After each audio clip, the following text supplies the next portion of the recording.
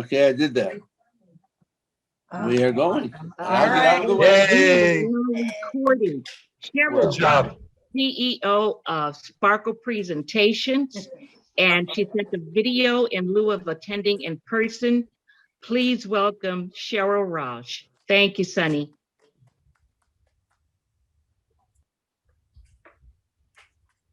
Hi, I'm Sheryl Roush, and I've been asked to address the topic of books, whether you have a passion to read them, write them, or hopefully speak about them.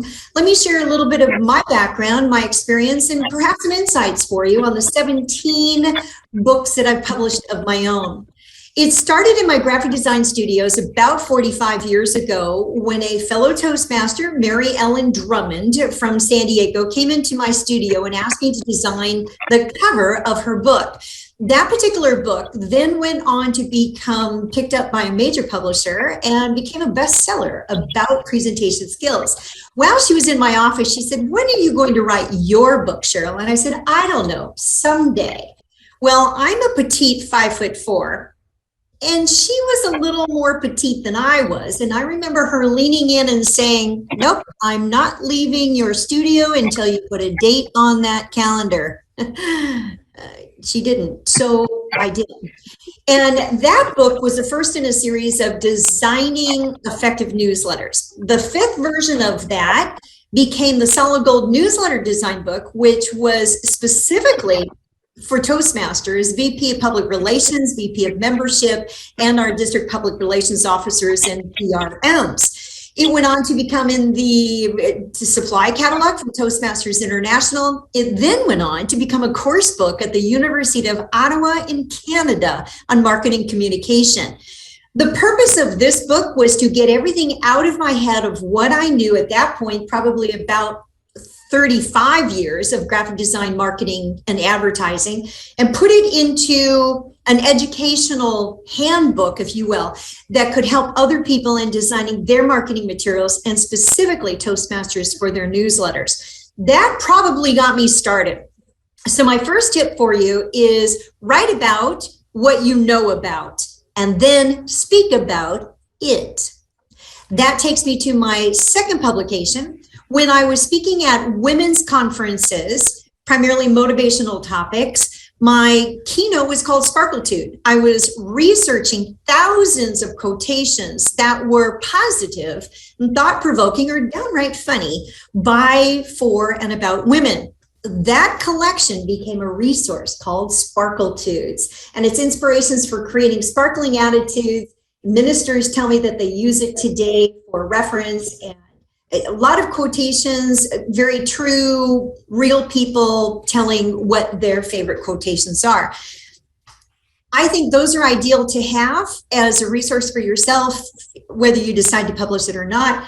I know when people tell me that the Sparkletudes is right next to the Reader's Digest in their bathroom, I consider that a huge compliment. While I was working on Sparkletudes, then I was inspired to create 2 more publications. And I find this often with the publishers or forthcoming authors that I'm coaching now, is that there's more than one book in them both at the same time. Well, it happened to me as well. When I was working on Sparkletudes, and I was inspired to work on the Heart of a Woman book, which is ideal for ages 10 and older, and then Heart of a Mother. With the Heart of a Woman book, the stories, and they're all true stories, authentic. There's quotations and poems in all of these as well. There was a chapter that came up that I found a little bit of resistance to for myself. I don't know if you've had that. If some people would call it writer's block. I think we do need to resonate with whatever our topic is that we are writing about, especially if you're going to become a published author on it. So the topic in the Heart of a Woman had to do with mothers. Dear mom. And the relationship between a mother and primarily their daughter, I understand, is one of the most difficult relationships that we'll ever have. In this particular book, not only did I have the greatest resistance to writing it, because at the time I did not have a good relationship with my mother, then it healed the relationship with my mother as a result of publishing this book. And in spite of my own resistance, it became the largest page document in all of these Heart Book series, and it's the only one that has journaling pages in the back of it. Both of these were simultaneously promoted and in Borders bookstores. Then I hired a book publishing coach who suggested and was really hoping for that I would do another book. The Borders, remember them? The Borders book buyer asked if I could do something for the holidays. And I said, yes, as long as I can include Thanksgiving in it, because I love the non-commercial aspect of Thanksgiving and gratitude. That became the Heart of the Holidays, which is Thanksgiving through New Year's. Again, true short stories, beautiful stories from around the globe, celebrating everything from Hanukkah to the Festival of Lights, to Kwanzaa, to Christmas, to winter solstice and Boxing Day, as well as into New Year and the Epiphany.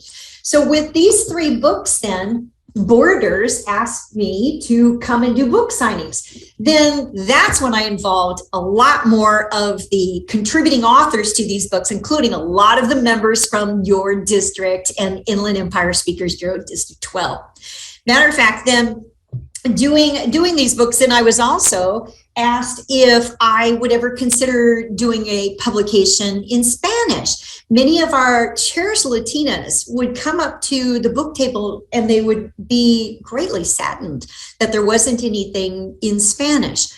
I had a dream one night, woke up, and I thought, yes, to translate the Heart of a Woman book into Spanish. Well, there were two Toastmasters in District 5, Elisa Castañeda and Miguel Angel, who then created the Corazón de Mujer book, Libros y Español, and it is absolutely beautiful. We took all of the American references and the tone out of it, replaced it with original poems from District 34 in Mexico, and poets. I mean, beautiful, beautiful stories. So then the publisher contacted me to see if they could have it translated or actually published in Mexico. And so this is actually published internationally as well.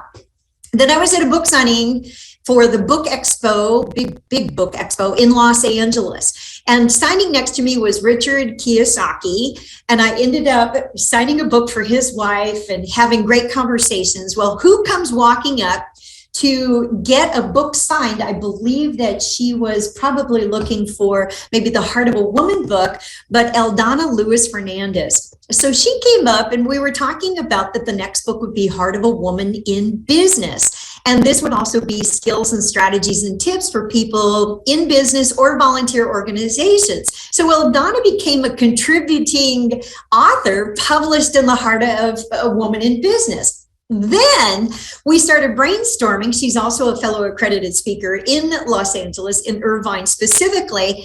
And we brainstormed what we thought was going to be Heart of a Woman in Uniform. Well, I'm a former Navy wife. You might not have known that before. And Eldana is a retired Master Sergeant, U.S. Air Force, I believe 23 years. Yes, 23 years of service. So we co-authored the Heart of a Military Woman book. And you can see that this was actually in bookstores because the bookstore does put a sticker on it that says autographed copy. This book went on to earn one of these awards, a 2009 Best Inspirational Book from the San Diego Book Awards. From there, and for years, I had been approaching Dan Rex at World Headquarters to please let me create a Heart of a Toastmaster book, one for communication and one for leadership. One would be the blue cover, the other would be the burgundy cover. You got to have a vision. That's another tip here. And he approved it. So it was approved by World Headquarters and sanctioned, and I worked with the TI staff to create the Heart of a Toastmaster, which published 135 stories from members around the globe, including 12 from District 12. Beautiful publication. It went on to receive the Best Anthology Award from the International Book Awards when it was released in 2014. To help extend the public relations outreach of our organization, that's why I entered it, was for exposure for Toastmasters International. Then TI also approved both the ebook, the Kindle version of The Heart of a Toastmaster, as well as the print on demand version. So now our members from around the globe can get a copy. I've also found a lot of non-members have purchased the Heart of a Toastmaster book because they love the topic. So here's some of my tips for you. Believe in what you're doing. Believe in the stories that you're going to be sharing, especially publishing and then speaking about your book. Make sure that you know who is going to be purchasing or who is the reader of that publication before you start to write anything. And this myth I had heard for years, and I found it to be true, that only 10% of having a book is writing the book. The other 90% is marketing it. So even if you have a publisher or an agent work with you, their services typically end at 6 months. So you need to think, how much shelf life will your book have? And make sure that you are an active part of all the social media, the website, the bookstore, Amazon, all of that, because after their service is complete, then you are still the author. It creates something that you're going to be proud of. And stories that are compelling is why people have a passion to pick up a book today. So I hope this is inspiring for you. And am I finished at 17 books? I don't think so, but tune in. We'll see what is going to be next. Thank you, Sheryl in absentia. She sent me that video to share with you tonight to kick off this program that we're having with the Speakers Bureau about books that inspire the passion in people to read and write. Now, we are moving into our presenters tonight. They have given me, and I've shared with Marilyn Nepke, Marilyn, wave your hand, our timer, so that we could stay within the time frame. You see it? Do you see Marilyn? What? Do you see Marilyn? Marilyn. She's going to show the green, yellow, and red virtual background so that you can all pin her and let her know. And she will let you know when your time is up. Our first speaker is Connie Jameson. She just published her first book and found the writing and publishing experience to be quite an adventure. She has many ideas and materials for future projects. So, her book title is Dating and Mating, Wit and Wisdom on Love and Marriage. Please welcome qualified speaker and distinguished Toastmaster, Connie Jameson. Everyone, please mute your audio except Connie.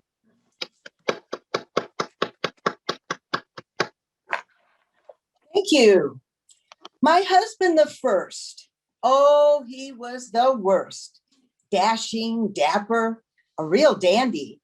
And to all the girls, he was eye candy. I didn't worry. Everything was fine because Mr. Handsome, he was all mine until he wasn't. Started to stray, started to roam. That's when he lost his happy home. Said, so long, Rover, it's over. Husband number two, oh, boo-hoo, boo-hoo. You'd think I would have learned, but no. Again, I got burned. Fell for the sexy smile, the bedroom eyes. Oh, how they could hypnotize. Yes, I came under his magic spell, as did many other girls as well. So, Mr. Romeo, farewell, farewell. For husband number three, you'd be so very proud of me. No longer would I emphasize looks. I'd choose a man who was into books. Quiet evenings, sharing a novel or two. You read to me, I'll read to you. Discussions of authors and poets. Oh boy, I'd know them all. Shakespeare, Tolstoy. Books large and books small, together we devour them all. But I tired of book guy and sent him out the door so I could start searching for husband number 4. And I found husband number 4 and 5, 6, 7, 8, 9, 10. And then my next page is titled Disclaimer. I shared stories of my 10 husbands. However, I've actually been married for more than 50 years to just one husband. And then I talked about how, well, actually, that's the same guy that I married all those decades ago. That is basically the first section of my book. Husbands, the expert speaks. Fellow Toastmasters, I've been asked, now wait a minute, why did husbands come first when the next part of your book is called Playing the Dating Game? Well, a couple reasons. First of all, the idea for these multiple husbands was what I first wrote. I had joined a writing group, and I don't know if it was a writing prompt or if I just thought it'd be funny to come back at Tom, who always tells me he's going to introduce me as his first wife, or just what, but I wrote this. And then I found out that there was a writing challenge, a whole month. And if you wrote a poem every day or a certain number of pages, you'd be well on your way to a book. And I thought, hey, I can do that. So I did. I was also told it was a good idea to have a theme to all these writings that one does. And I thought relationships. And then I came up with the love and marriage and so forth. So basically, that's the reason. Plus, hey, husband's the expert. It makes me the expert. Section number 2 is called Playing the Dating Game. Now, here I'm not an expert. I didn't do much dating. I was rather a shy wallflower type of girl when I was young. But the subtitle to my book, it's Dating and Mating, Wit and Wisdom on Love and Marriage. One can find lots of examples out there in the real world. The wit, the humor in observing what goes on out there in the dating world, whether you actually see it or just learn about it. And one would be the dating sites. I don't even know if they had them back in my day, but I've heard about how people are not always too truthful in what they share. So here's mine. Truth in advertising. Attractive female loves to dress in style, enjoy shopping at exclusive stores for latest fashions and accessories. Seeks very wealthy man who would love to show off an attractive, gorgeously dressed wife at fine restaurants, cruises, and resorts. Or handsome, athletic guy loves watching all types of sports on TV with his buddies. Seeks sexy young female with background as waitress and or barmaid, specially skilled at serving beer. Or handsome gentleman with amazing, extensive list of accomplishments, including, but certainly not limited to, worldwide travels, business dealings, philanthropic good deeds, educational degrees, etc., etc., etc. Seeks attractive, quiet, good listener. That's an example from the second section called Playing the Dating Game. Then we move into Tying the Knot and Beyond. Now there's my area of expertise. Next month, I will have been married to my husband for 57 years. So I can share a lot of that wisdom, wit and wisdom, wisdom about marriage. One of the poems here, or it's not really a poem, but one of the parts that I especially care a lot about is this message. It's called But. As newlyweds, we had dreams of fun adventures that were postponed due to having our children. We haven't gone on all those ocean cruises, but we've had lots of splashy fun at bath time. We haven't had seats to the World Series, but we've watched some very exciting Little League games. We haven't seen the mighty pyramids of Egypt, but we've helped build impressive sandcastles at the beach. I go on to share some other examples and then conclude with, when the children are all grown, we'll just pick up and dust off those long postponed dreams from days ago. And here is the beauty of it all. We can still experience many of those dream adventures. In addition, we have to treasure forever beautiful memories of wonderful adventures shared with our children. So I share other messages of wisdom about married life. The final section is just called More Thoughts on Love. And here, most are little short haiku type poems. I'll share a couple of those.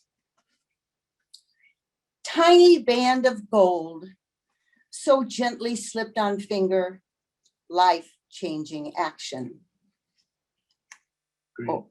Or, hey, Cupid, what's wrong? I'm still waiting for my man. Asleep on the job? And one more. Husband arrives late. Meal on table growing cold. Praise for good excuse. So this is my book about dating and mating.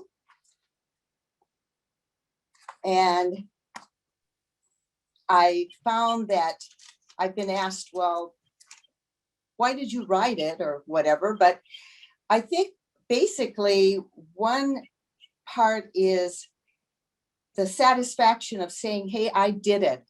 So many of us, I think about, dream about being an author, and it's not easy, the writing and the publishing, et cetera, but hey, I did it. Secondly, what I've enjoyed about Toastmasters is it's been an avenue of creativity. I love working with words. I love having a catchy opening to a speech. And all of this goes into the writing. I have fun with words, working with words, having clever messages and approaches to writing. And then there are the connections. When I look out and see someone smiling or nodding as I share about the book, that's a good feeling. I can share information, I can share ideas, possibly influence someone through my writing, perhaps lead to discussions, people having discussions, sharing my wisdom. And also I love to continue to learn. And one certainly learns in publishing a book. I've learned a lot and I find there's so much more I have to learn. Ideas, most of my ideas come from real life, from the wit and wisdom I see out there as I observe people around me. And I know there'll be more books because there's a lot that I have notes on and are almost ready to go for it. I hope you go for it and give this book writing a try. I found it to be very rewarding. Madam Toastmaster. Thank you, Connie. Let's give her a round of applause and maybe a standing ovation. All right. Okay. And if you stay till the end, Connie may be one of those presenters who has a virtual raffle ticket for one of you in the audience to receive that book. Next up, Randy Powell, a high energy virtual and keynote speaker, owner of Randy Powell Speaks and Envision Success Coaching. He wrote 2 books, Safety Has No Quitting Time and The Magic of Purpose, 6 Steps in Achieving the Success You Want. He was founder of the first advanced club in District 12, Circle of Champions, and is a charter member of Standing Ovation's Advanced Toastmasters. A retired Air Force veteran, distinguished Toastmaster, and qualified speaker, his presentation tonight The Power of a Book, What Makes It Stick, and How to Get Yours. Please welcome Randy Powell. Oh, good evening. How's everybody doing? Oh, that's awesome. You know, I'm going to go through this rather quickly because I only chose 6 to 8 minutes to share some information with you. And I was honored to see that Sheryl Roush was here and opened up tonight because she is the world famous coach for Randy Powell, has been for over 10 years now. The Power of a Book, What Makes It Stick, and How to Get Yours. And what I thought I would do is just share some information, maybe 3 points that I think might add some value to you tonight, and then talk about why you might be writing your book and what that might look like and what it might look like when it's all done. First of all, the question is, where's your power come from? And the answer is your power, no matter what it is, comes from within. And I want each and every one of you to really let that sink in and understand that your power, the power of a book, the power of a message, a story, whatever it is, tonight it's book, it still all resonates and starts with you. And I always tell people you speak between your head and your heart, and that's the bottom line. So where does the power come from? Within. What about the power of your book and understanding that it's nothing more than an extension of you, the person? That is what your book is. It is an extension of you, your life, your stories, the history. It may be your culture, whatever it is an extension of you. So if you take your arm, extend it out, that is one book. Take another arm, stick it out, that's another book. Take a leg, take another leg. These, you know, I used to say there's a book in everyone. There's probably a lot more than just one book. So always understand that it starts with one, but like Sheryl says, you can end up writing 20 books if that's where your heart ends up taking you. So how do you get yours and what's it going to take? Well, I think it takes 3 things to get started. It takes deep thought. When I wrote my first book, Safety Has No Quitting Time, as Sheryl alluded to, the easiest thing to do is to think about your history and what that has looked like for you, and take all of those lessons learned like a ball of clay. And the reason I wrote the book, Safety Has No Quitting Time, was because one day I was working late, and I was in the safety and security arena for over 25 years. And a manager said to me, "You're not going to be working late, it's Friday night."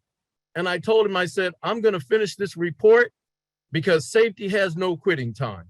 And that stayed with me. And he challenged me. He called me up late that night at the office to find that I was at work. And he said, you weren't kidding, you were serious. And I said, I believed in what I was doing.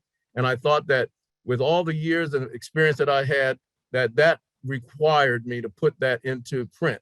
So Sheryl said, write what you know about. So my first book was titled Safety Has No Quitting Time. And so deep thought, work, and conviction. First thing is deep thought. Take a look at who you are, where you come from, what your culture is, whatever it is in you from within, and then decide to do the hard work. And as Sheryl said, it is hard work. And there's times when you'll get writer's block and you just put down the pen. I caught an author, a well-known author one day, and he was in the airport, and I asked him this question: what happens when you can't get the writing down? And he said, as soon as you run out of what you want to write, just stop and let it go, and then come back to it when the inspiration hits you. So if you get writer's block, walk away from it and leave it alone, and it will come to you. And the other thing is the power of conviction. You absolutely have to believe in what you're writing about and be passionate about it, and that'll come through in your writing. So the first point is, you are the sole source of your power. That's the energy, the heart, your experiences, your story, the outcomes, and also the change that you want to make, the change that you want to see at the end when they finish your book. And here's something to remember. Give everything you've got into that book, and give it early so that it keeps them wanting to get to the end. It all resides within you. Point 2, what makes it stick? Well, we know that titles make it stick.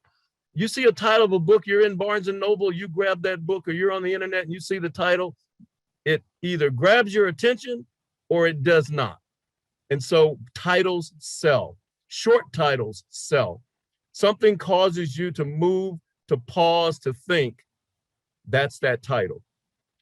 curiosity. If you can think of something that will generate curiosity in the title of your book, do that. If something sounds like you've never heard it before, if you can come up with something that people have just not heard it that way before, it might be something to pay attention to when you're talking about writing your book. And then, why are you writing your book? My recommendation is to make sure you start with why. And I think Sheryl had a lot to say about that. Understand, yes, who you're writing to, but you need to know why first, or there's no reason to write it. So you got to understand what your why is. Is it because you want credibility? You're trying to establish yourself in the marketplace. Is it authority? Do you want to become a central authority on a specific topic? Is it for this feeling of accomplishment that you've done something that most people will not do? In the big scheme of things, most people will not write their first book. Is it going to be used as a networking tool or perhaps a marketing tool? And Sheryl alluded to that. 10% is getting it down on paper and giving it to the publisher. And we'll talk about that in a minute. But is it going to be a marketing tool? And if so, you are the marketeer. So you need to learn how to market your book. And there are different types of books. There are story books, technical books, teaching books, how-to books, compilations, interview books. And this most important thing at the end of life, you want to have your legacy documented. So legacy books. But here's the thing, don't confuse your how-to book or your technical book with your legacy book. And I'll share this with you. The magic of purpose is done. And it is everything that I'm doing and have done for the last 9 years in adding value to the marketplace and to individuals' lives. But it's not in print. And the reason it's not in print is we held it back because as we were looking at it, it looked as though it was a how-to book, a help book, but also a legacy book. And you have to make a decision if you want that combined or you want that separated. And so I decided to hold that up and separate that. There are self-published books.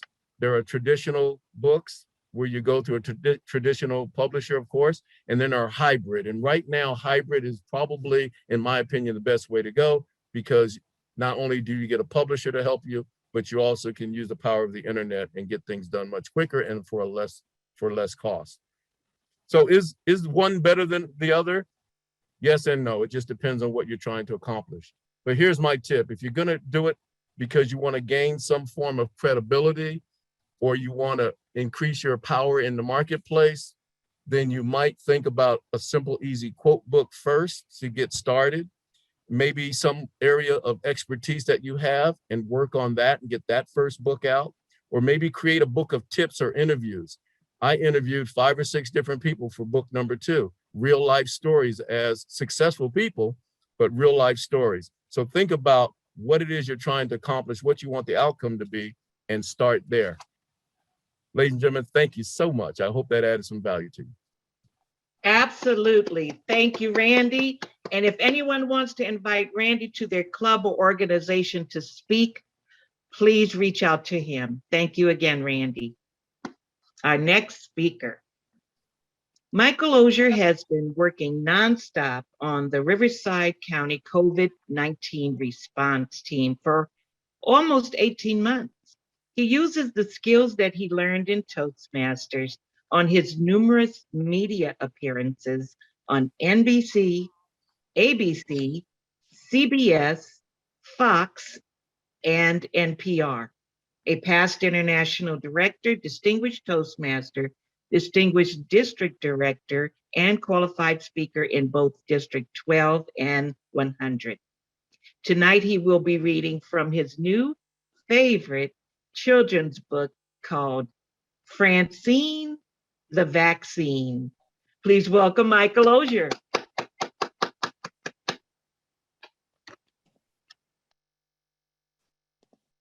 Well, you know it's COVID. So to expand the vaccine program, we created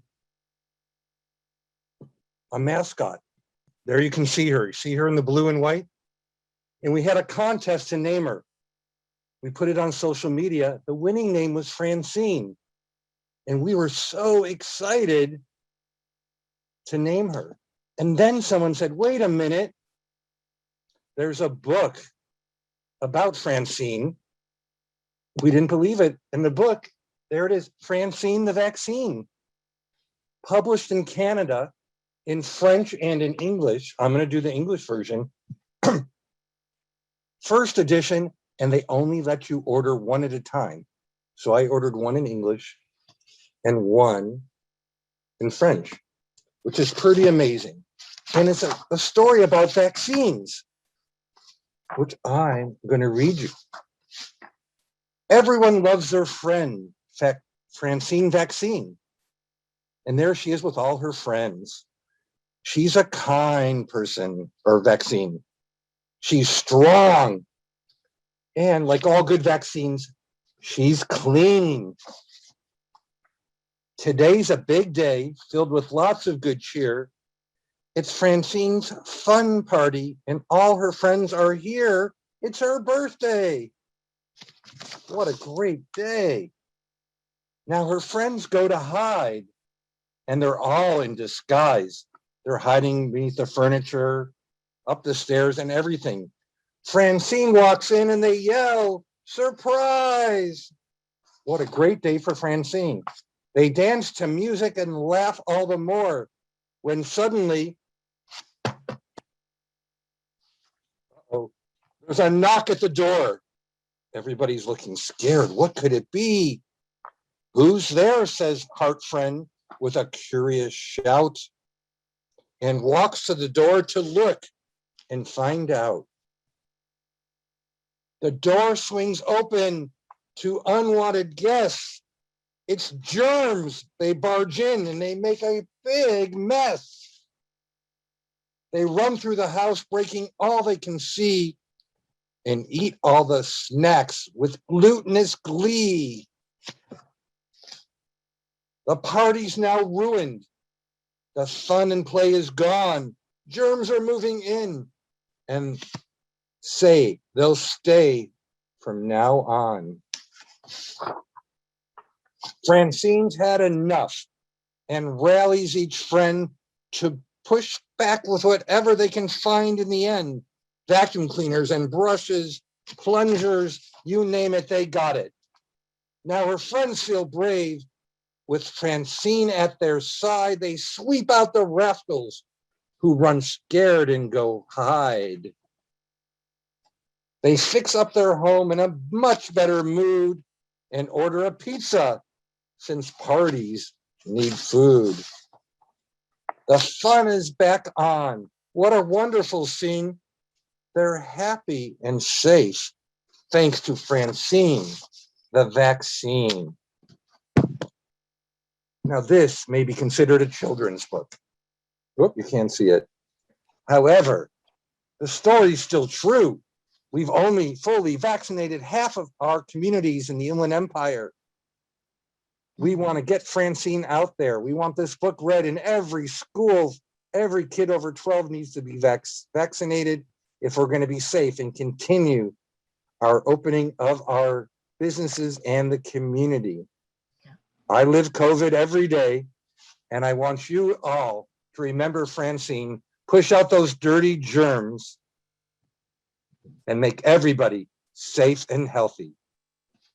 Thank you, Madam Chair. Well, thank you, Michael. I've been vaccinated. Thank you, and let's push to get Francine the Vaccine books available to all. Thank you, Michael.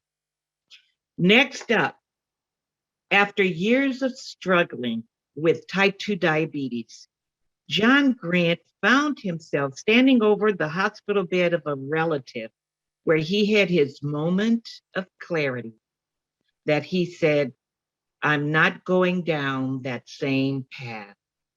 Through this clarity, he found his unstoppable mindset and transformed his life as well as those around him. Please welcome the unstoppable distinguished Toastmaster, John Grant.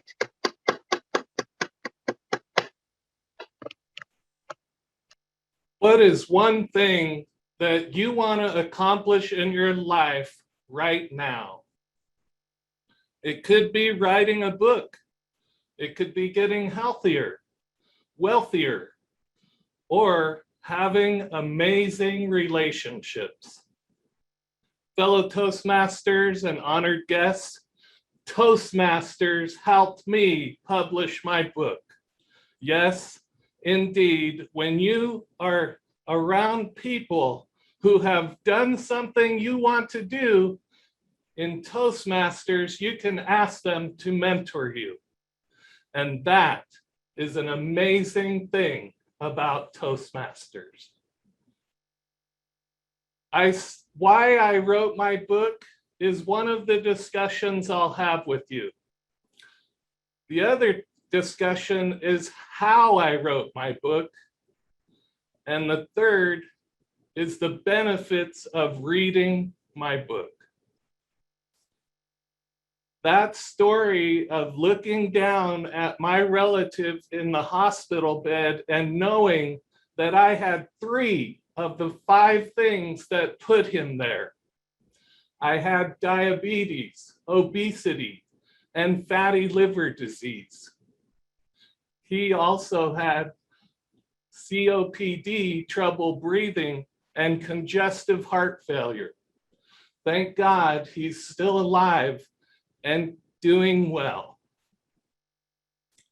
But that emotional picture and that emotional leverage I use daily to do the things I need to do to get healthier and stay healthier.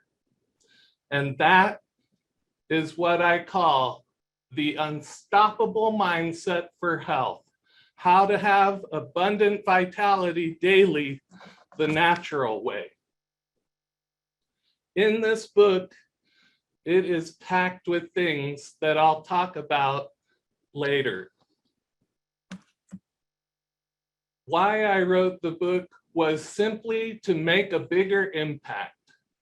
And I was surrounded by authors, Randy Powell, Roz. Roz was the first author that I met in Toastmasters, and I bought her book that she co-wrote with fellow Toastmasters at a training event in San Bernardino.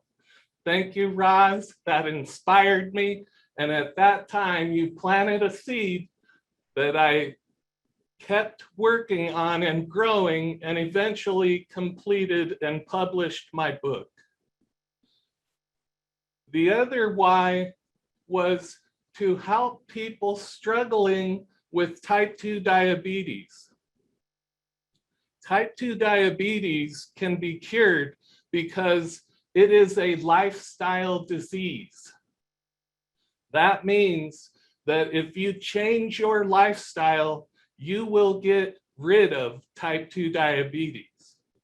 Now, typically you get a test, your A1C in your blood tells you your sugar levels over the last 3 months. Mine was at 8.8, and I was 315 pounds. Also, I had fatty liver disease that was causing other problems in my body. I had been on vacation and I was contacted about my brother being helicoptered to the hospital from Catalina Island. When we arrived and I was looking down at my brother, I thought, wow, I need to do something and I need to do it now. First, I had already set up a training session with one trainer. I was already working out 1 day a week with another trainer. So I had already started the ball rolling. Within 90 days of working with 2 trainers, 5 and 6 days a week, I was 90 pounds lighter, no longer had type 2 diabetes, and my fatty liver healed. That was an amazing transformation. And shortly after that, I decided now is the time to publish a book and make a bigger impact in the world. Now, how I did this was I just kept writing, I kept speaking, I kept writing my speeches, which was the pre-work of warming up to actually writing my book. And in many cases, those speeches went into the book.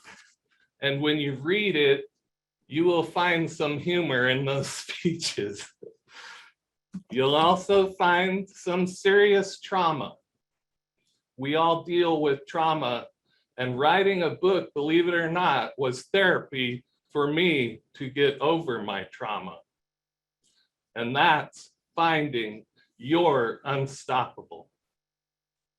How I wrote the book was one 3-day weekend. I used all the skills I've learned from Michael Burnoff in coaching, how to be in a peak emotional state, how to be in flow state. And I sat down Friday morning and wrote 10,000 words. It just flowed out of me. I looked up and I'd been sitting there for 4 to 6 hours and it went by like that. The next day, I sat down again and 10,000 more words poured out of me. Sunday, the same thing. I encourage you, understand what peak emotional state is and how to be extremely focused and allow your thoughts to flow through you. If that doesn't work, I encourage you, get a voice to text app and speak your speech or your book right into that app and then edit it later. I encourage you, find out how to write your book. I joined a workshop with 150 other writers. We set a goal to have our book written by October. The pre-sales went out. 100 people bought my book in my category on Kindle, the holistic health category, putting me in the #1 position. The benefits of reading my book. Most people that read my book say that it changes their attitude. It changes their mindset. The mind, body, and spirit connections are very powerful. There's a formula in my book that many of you have heard. Seek alignment. Seek stands for spiritual, emotional, energetic, and chemical, spelled with a K on purpose, so you let go of perfectionism. Done beats perfect. The benefits of my book help people get that firm commitment, find their unstoppable, and as Randy says, embrace their power daily going forward. I read a quote that 84% of the people polled want to write a book. Only 4% publish. Are you going to be in that 4%? Madam Toastmaster.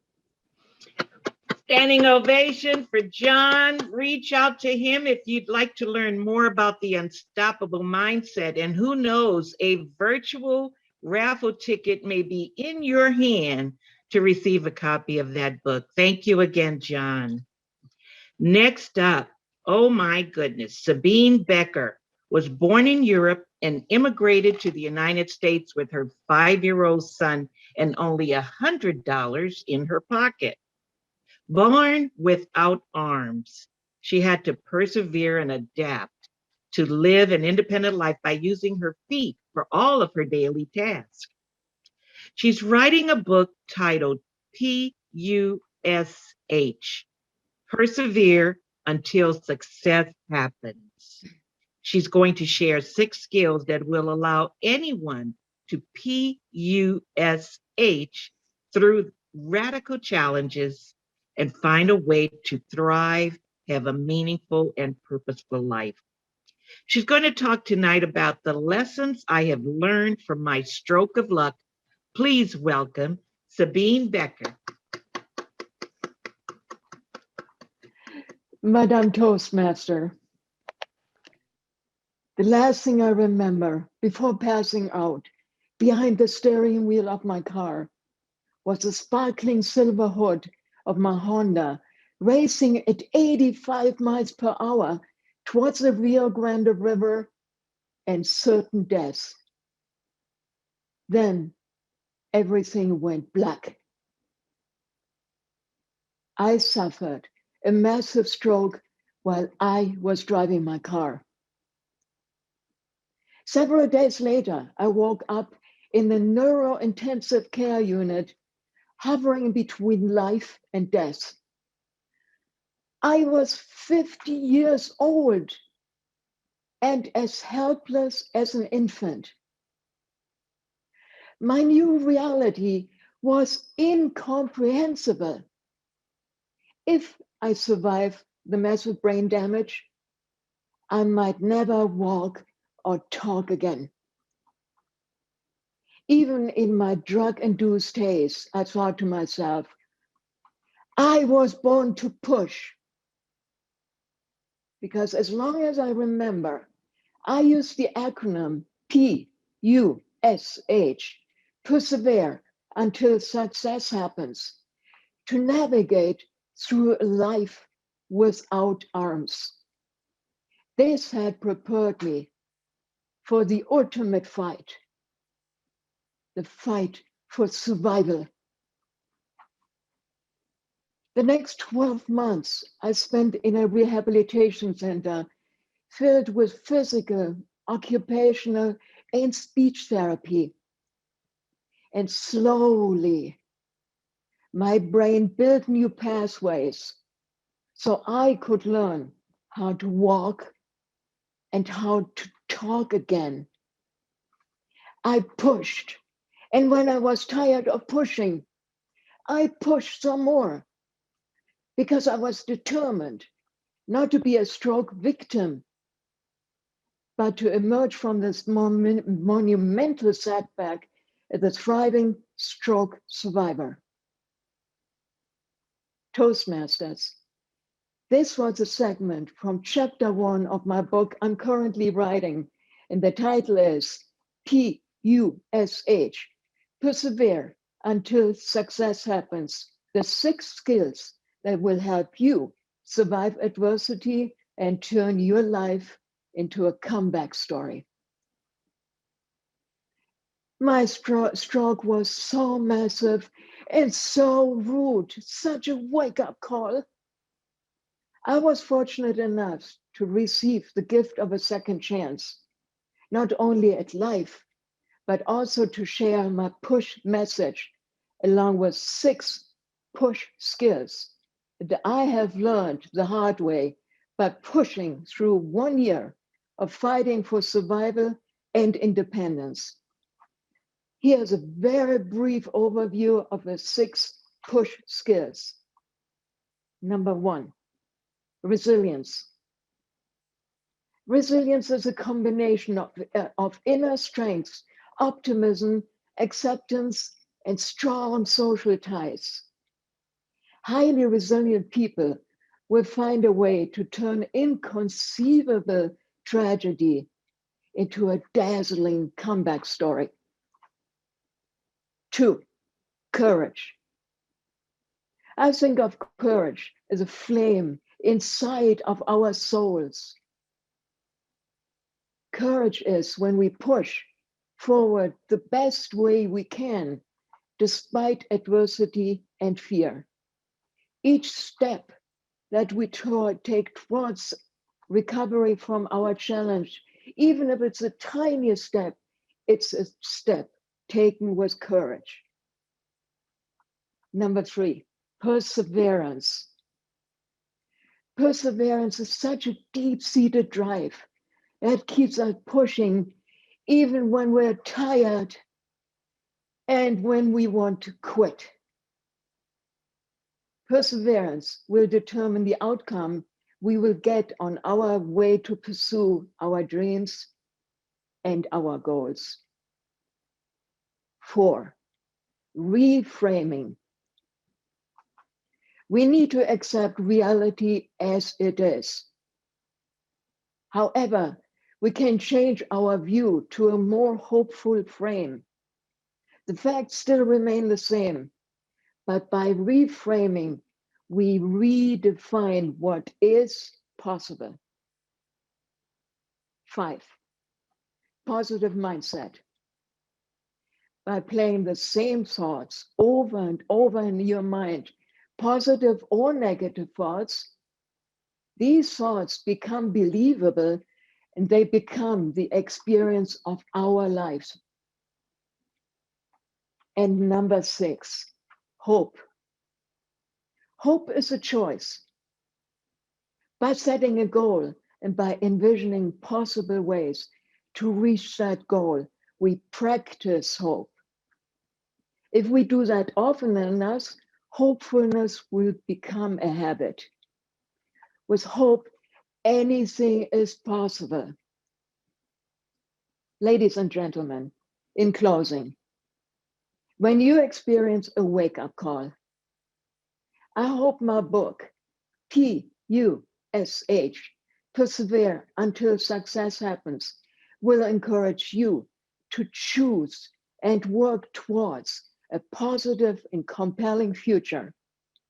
Use this acronym PUSH and commit to practice the 6 push skills.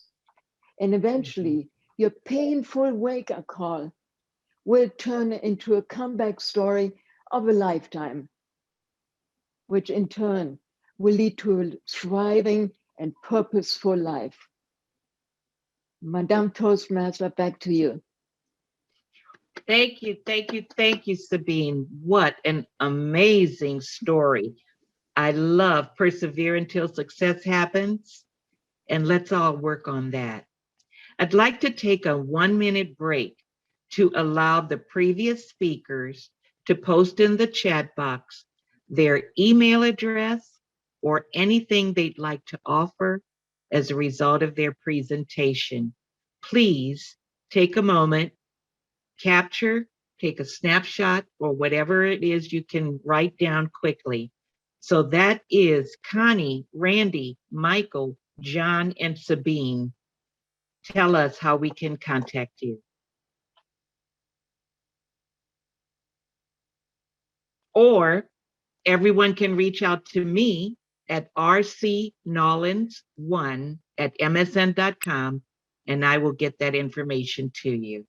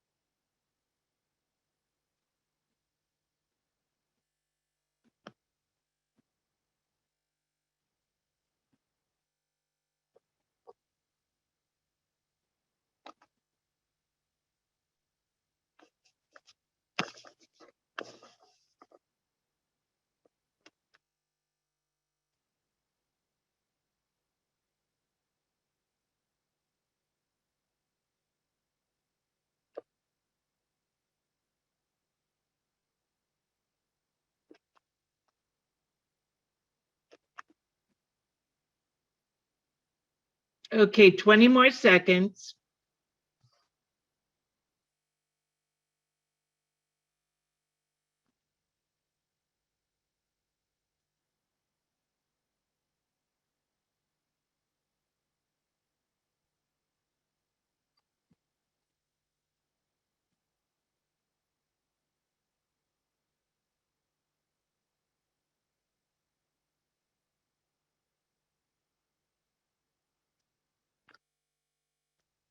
All right, thank you, everyone. They may continue to post information on the chat box, so you can contact them for any information that they have presented tonight, and we'll do that again for the rest of our presenters. Next up, oh my goodness, if you have ever listened to an audiobook with the careless disregard of most, you probably never realized what goes into the production of an audiobook. During the pandemic, our next speaker began exploring her long-standing dream of becoming an audiobook narrator. Tonight, she'll give you a peek behind the curtain so that you can gain a newfound appreciation for what goes into the recording of an audiobook. Please help me welcome qualified speaker, distinguished Toastmaster, Dominique Fruchtman, with her speech, Reading Out Loud, It's Harder Than It Sounds. Thank you, Madam Toastmaster. Raise your hand if you listen to audiobooks. Okay, that's a few hands and feet. Wonderful. Thank you. Fantastic. I've always been a fan of audiobooks, even back when they were on cassette tapes and I listened in my car. During the pandemic, one of my lifelong desires was to become an audiobook narrator, and I thought, what better time than now? My business is closed. I've got nothing else going on. I've got months ahead of me, and it's something I can do from home. Well, I have a friend who's an audiobook narrator himself and an author. He lives in Australia, and he gave me one of his books to practice and start reading.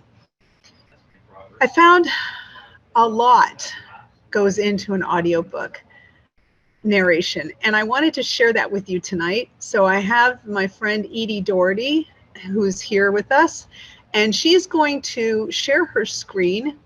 And what we're going to do is I'm going to show you the process of what it's like to read. Now, she's going to share a piece of material that I've never seen before, and I'm going to read it for you.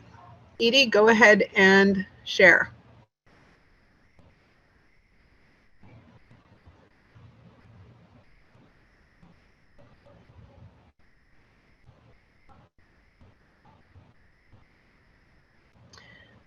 Okay, great. So this is a book on imposter syndrome, which is something I don't have. What I do is I first read it quickly, just to make sure there's no words I don't know or names I can't pronounce. And then I read it again with feeling. So here goes the first cut. I'm so pleased you're giving this a try, and I promise you will find it worthwhile. Before I tackle the causes and symptoms of imposter syndrome, I want to give you a bit of background and explain the science behind it. The more you know about imposter syndrome, the better your chance of beating it. Keep your friends close and your enemies closer. Imposter syndrome was first described by two clinical psychologists, Dr. Pauline Clance and Dr. Suzanne Imes, in 1978. They noticed that their female students were full of doubt about their abilities and worried about their continuing successes. Don't worry, Edie, I'm just going to go, no, scroll back up. I'm going to go to the word career, and then I'm going to stop. So scroll back up for me. Edie, scroll up. Yeah, I'm going to just go to the bottom of the third paragraph, and I'm going to stop. One female student stated, I was convinced that I would be discovered as a phony when I took my comprehensive doctoral examination. I thought the final test had come. In one way, I was somewhat relieved at this prospect because the pretense would finally be over. I was shocked when my chairman told me that my answers were excellent and that my paper was one of the best he had seen in his entire career. Okay, so that's those three paragraphs. And now that I've read them just kind of quickly and without any real emphasis, I'm going to now take a breath and read those paragraphs as I would if I were narrating it.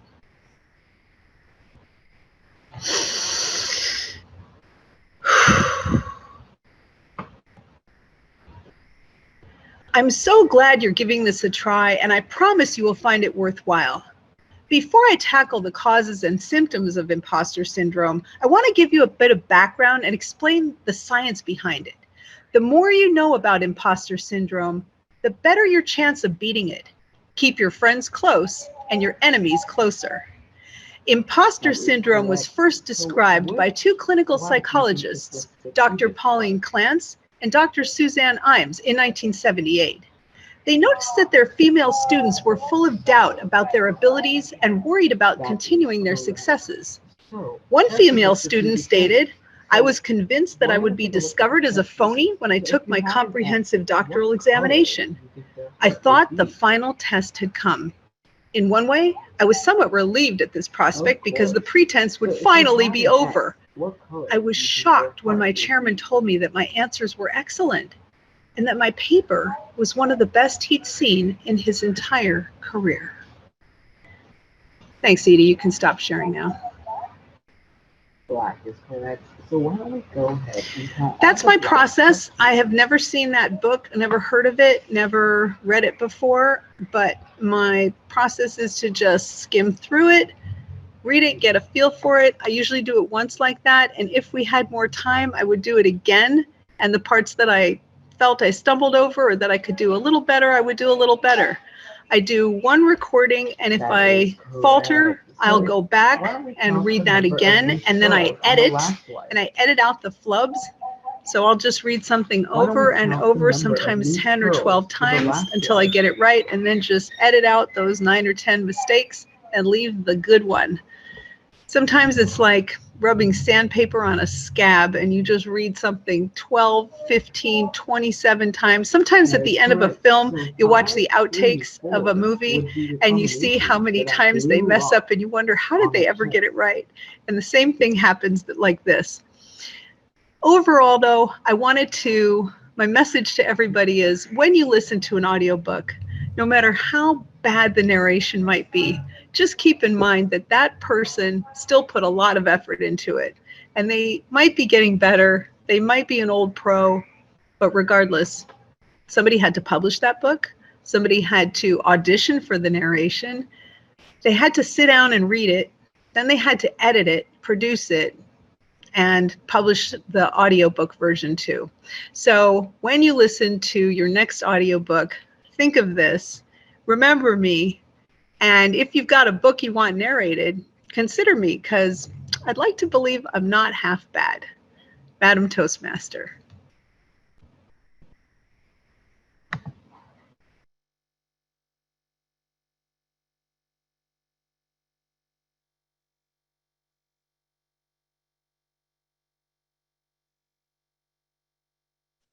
Somehow I got caught up in a bunch of messages. I do apologize.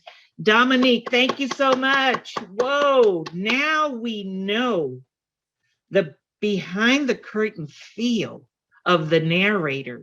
I have listened to many audiobooks. I never knew the complexities and the simplicities of audiobook narrators. Thank you. Thank you for sharing. Next is Melissa Stejskal. She's been working in the health and fitness industry for the last 17 years and has dealt with the mental grit that can take you from being your best. It hasn't always been easy, and she's known failure for many times. But after reading Can't Hurt Me by David Goggins, she discovered how to push past her excuses and insecurities. His astonishing personal story and 40% rule shows how anyone can push past the pain and the fears that hold us back. Tonight, she's going to talk about when mind over matter really matters. Please welcome distinguished Toastmaster and our Renew Club Growth Director, Melissa Stejskal. Good evening, fellow Toastmasters.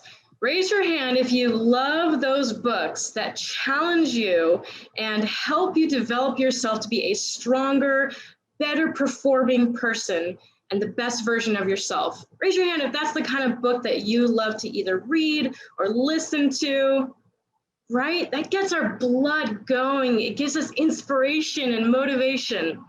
Well, tonight I'm going to share with you one of those books that I came across that started to change not my life, but my mind. And I haven't been the same since I read this book.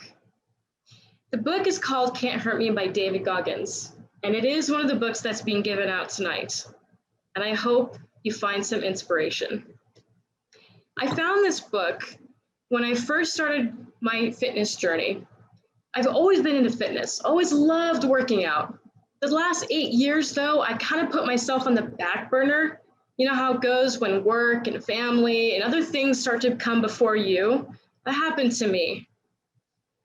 And after all those times, all those years of putting myself last, I decided I need to get healthy and fit and strong again. So in December 30th, I decided to start getting healthy again. I started eating better, exercising, and come February of this year, I came across the 75 Hard Challenge by Andy Frisella. Raise your hand if you've heard about that challenge. Hey, I saw a hand flash over there. The 75 Hard Challenge, you would think it's a fitness challenge. I know I did when I first started it, but it's actually a mental challenge. You see, every day you must do the following. Drink a gallon of water, take a progress picture of yourself, 2 45-minute workouts separated at least 3 hours apart, and one has to be outside in the elements. You have to follow a diet of your choosing. You can't deviate from it. No cheat meals, no alcohol. And you have to read 10 pages of a nonfiction book. This must be done every single day, a formula that is composed on discipline. If you mess up on one of those days, you start over back to day one. The goal is to have a consistent track record to the 75-day marker, and that's when you've completed the 75 Hard Challenge. One of the first books that I picked up during this challenge to read, to get those 10 pages in every single day, was Can't Hurt Me by David Goggins. David shares his personal life. It's an amazing book because not only do you learn tools that help you grow as a person, but you get to share his journey as well and connect with him and relate with him. He talks about his childhood and the traumatic experiences he's had and dealt with. He's talked about the struggles that he's gone through and how he was able to callous his mind and overcome the setbacks, the pain, the tribulations he went through to accomplish amazing things. David Goggins was able to lose 101 pounds in 3 months just so he could be considered into recruitment for the Navy SEALs. 101 pounds in 3 months. He also went through the BUD/S Navy SEAL training Hell Week 3 times. He accomplished the world record of most pull-ups by achieving 4,030 pull-ups in 17 hours. And he ran an ultramarathon, 101 miles in 24 hours with 0 training at a hefty 260 pounds. This guy is a beast. He knows what it's like to push past your limit. He found the true pinnacle point where mind over matter truly matters for results. Reading his book, I discovered how he talked about callousing your mind means you're walking towards pain, discomfort, fear. You're not shying away from it. Because when you step towards those things that make you uncomfortable, they start to lose their effect. And the monster of those challenges in front of you, as you face them over and over and put yourself in that situation over and over again, the effect of that pain and discomfort and fear, it starts to diminish and you're able to take on more and more And we know that life likes to throw in lots of punches. He also talks about the 40% rule, where when you start to feel fatigued and tired and ready to quit, that is just a trick of the mind, a mental way to try and protect you, but it's really not your failure point. You're truly only tapping into 40%, where you've still got 60% left in your reserve to go. And with a calloused mind and perseverance, you can push past that point to continue moving forward, to get in that workout after a long, hard day at work, to spend time with your family and play with your kids, even though you're exhausted, to study for hours to achieve that goal that you want to accomplish. The 75 Hard Challenge, I accomplished 29 days before I pulled my back in 2 places, and I had to call it quits. But let me tell you, that book got me through those 75 hard days, by far none. It gave me the grit and the mental fortitude I needed to learn how to harden myself, to push past that 40% marker and not give up when I absolutely wanted to, when the gallon of water was sickening to my stomach, or those 2 45-minute workouts were exhausting on my body. And in the end, when I started my fitness journey, I lost 20 pounds. And I feel amazing. In addition, I've gained more clarity in direction. I've gained more discipline in my habits. It was a trickle effect that reached in all other areas of my life. Can't Hurt Me by David Goggins is a book that will truly show you when mind over matter really matters. Pick up this book and learn how experiencing pain and putting yourself into challenging situations that have rewards will help you reach your goals, because we reach our goals through hard work, determination, and a calloused mind. Madam Toastmaster. Congratulations, standing ovations. Who wants that book? Oh my goodness, there's a virtual raffle ticket holder in the audience. Thank you so much, Melissa. Next is an accredited speaker, currently the only one from District 12. He's a qualified speaker and founder of Standing Ovations Advanced Toastmasters Club. Edwin Ettinghausen is an ultra marathon runner known around the country for his jester attire. He recently completed his 204th 100-mile, 30-hour race in Connecticut.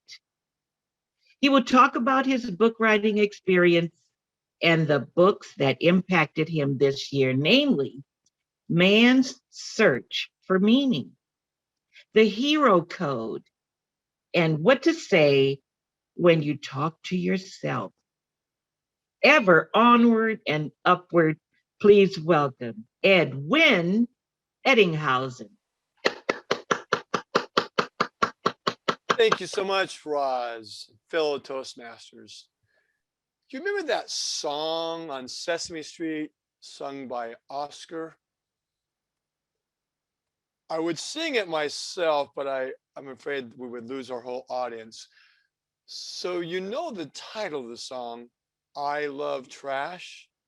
Well, take that song and put in place of trash, books. I love books.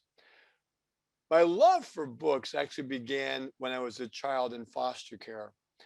I was raised by a very strict woman, single mother, foster mother, and she didn't have much of an education. She had dropped out of school after the 8th grade, but she was a very self-educated woman, and that she had done a lot of reading, and she instilled in me a love of reading. Now, part of it was, I don't know if it started out to be a love of reading. It was really almost a hatred of reading, because my punishment when I would get in trouble, and well, sorry to say, or hate to say, I got in trouble a lot as a kid.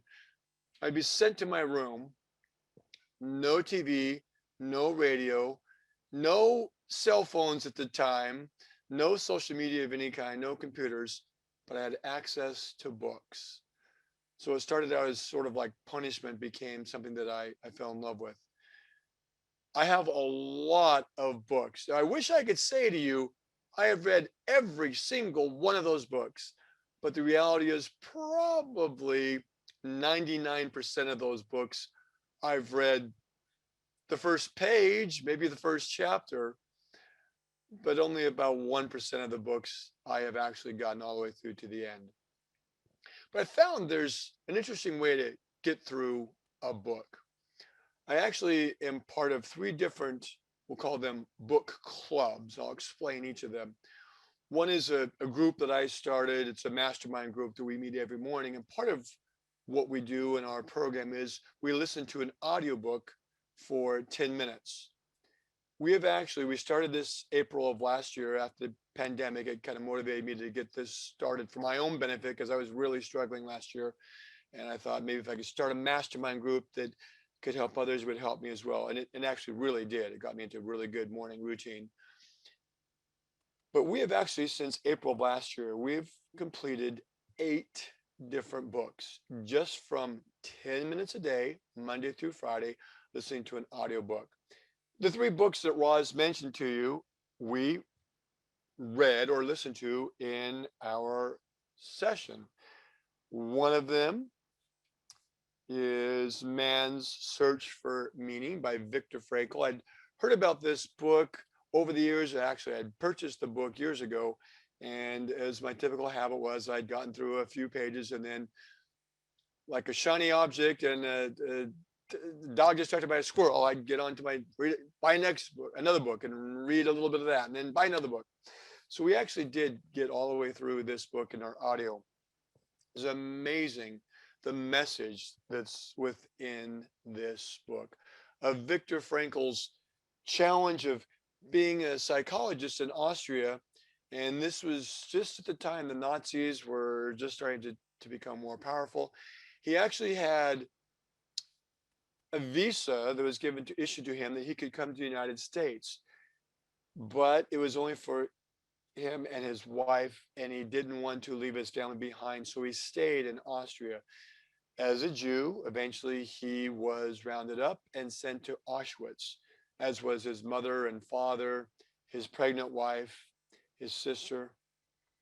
And he talks about the experience that he went through in Auschwitz and how he, as a psychiatrist, actually, he was looking at the experiences people had and what it was that kept people alive. For him, it was the image of his wife, knowing that someday he would see his wife and his newborn child. Didn't know even if it was a boy or girl. And he saw that people who didn't have that to keep them going, those are the ones who gave up on life. Sadly, the good thing is he eventually was rescued.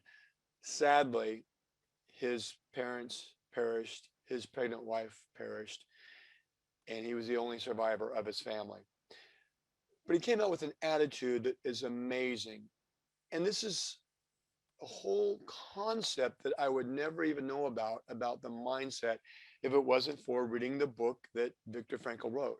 Now, a part of the interesting thing about this book is that he actually had the manuscript for a book that he had sewn into his jacket liner and was trying to save that and lost it because they took all of their clothing and he had to start all over writing a new book. That was Viktor Frankl. That's just one of the book experiences that I had with my group. Other books that we've read, What to Say When You Talk to Yourself, which is really an amazing book by Dr. Shad Helmstetter. It talks about how when we talk to ourselves, we program our mind. And he gives a series of steps that we can all take to reprogram the way we think, the way we talk to ourselves. And by starting new synapsal pathways in the way that we talk with positive phraseology, we actually can reset our mind, reframe our whole mindset. And by doing that, we can prune away the old negative way of talking that many of us have. we put down ourselves in a way that if someone else did that to us, we would certainly not want to be in their company. They would no longer be a friend of ours. But yet we many times will talk to ourselves in that way. That's the book, What We Say When We Talk to Ourselves. There's a book that we're going to start with another group that I'm a part of. It's actually a book club, and we meet every Thursday night from 6 to 7 p.m.